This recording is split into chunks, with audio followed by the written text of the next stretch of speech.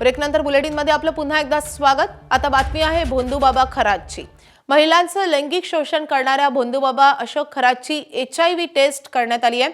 या चाचणीचा अहवाल आला असून आता खरातची HIV टेस्ट निगेटिव्ह आली आहे।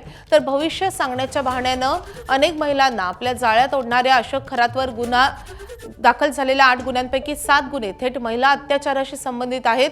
खरातनं अनेक महिलांचं शोषण केल्यानं पीडित महिलांच्या आरोग्याचा आणि सुरक्षेचा प्रश्न निर्माण झाला होता।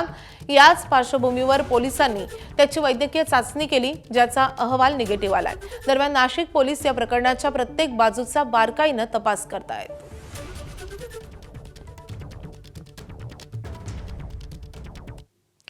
तर महिलांचं लैंगिक शोषण केल्याप्रकरणी भोंदू अशोक खरातवर नाशिकच्या सरकारवाडा पोलीस ठाण्यात गुन्हे दाखल करण्यात आलेत। या प्रकरणी विशेष तपास पथकाकडून चौकशी सुरू आहे। SIT कडून तांत्रिक बाबींची तपासणी केली जात असून भोंदू अशोक खरात याचा मोबाईल देखील SIT ने जप्त केलाय।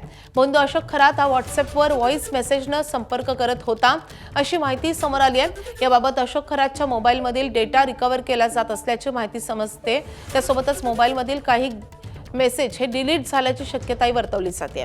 अशोक खरातचा मोबाईल डेटा रिकव्हर झाल्यानंतर अनेकांची नावं आणि संभाषणं SIT पथकाला मिळणार असल्याची शक्यता आहे।